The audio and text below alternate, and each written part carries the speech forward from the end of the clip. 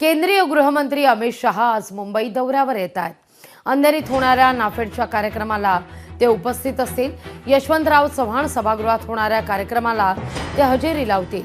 मुंबईतील विविध कार्यक्रमांकरता केंद्रीय गृहमंत्री अमित शहा आज मुंबई दौऱ्यावर आहेत। दुपारी 2:30 वाजता अमित शहा यांचं मुंबईत आगमन होईल।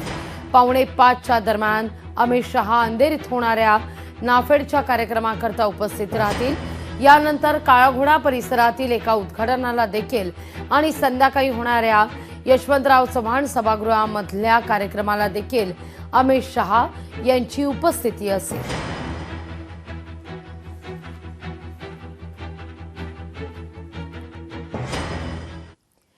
विशेष म्हणजे अमित शहा यांच्या दौऱ्याचं टायमिंग फार महत्त्वाचं आहे। काल जर आपण पाहिलं तर ठाकरेंच्या मेळाव्यातून खासदार संजय राऊत यांनी अमित शहांवर टीकास्त्र डागलेलं होतं आणि आज अमित शहा मुंबईत येत आहेत। त्यामुळे कालच्या संजय राऊत यांनी केलेल्या टीकेला आता अमित शहा आज काही उत्तर देत आहेत का हे पाहणं फार महत्त्वाचं असणार आहे। खरं तर शिवसेना हा जुना पक्ष आहे आणि शिवसेना कोणाची हे अमित शहा ठरवू शकत नाही असं काल राऊत म्हणालेले होते। त्यावर अमित शहा आज काही भाष्य करणार का याकडे नजर आहे। पाहूया काल राऊत नेमकं काय म्हणाले होते।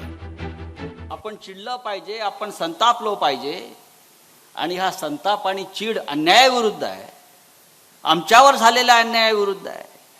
निवडणूक आयोग ठरवू शकत नाही, अमित शहा ठरवू शकत नाही शिवसेना कोणाची आहे। उद्या आम्ही ठरवू अमित शहा या देशात राहील की देशाच्या तुरुंगात राहील। शिवसेना कोणाची हे अमित शहा ठरवणार नाही। शहा देशात राहणार की तुरुंगात हे आम्ही ठरवू असं म्हटलं जात आहे खासदार संजय राऊत यांच्याकडून। आणि आता या राऊतांच्या टीकेला अमित शहा काय उत्तर देत आहेत हे पाहणं फार महत्त्वाचं असेल। कारण काल संजय राऊत यांनी टीका केल्यानंतर आज अमित शहा मुंबईत येत आहेत। अमित शहांचा आज मुंबई दौरा आहे, त्यामुळे या दौऱ्यादरम्यान अमित शहा यांच्या विधानाकडे सगळ्यांच्याच नजरा असतील। या सगळ्या घडामोडी अतिशय महत्त्वाच्या आहेत राजकीय दृष्ट्या।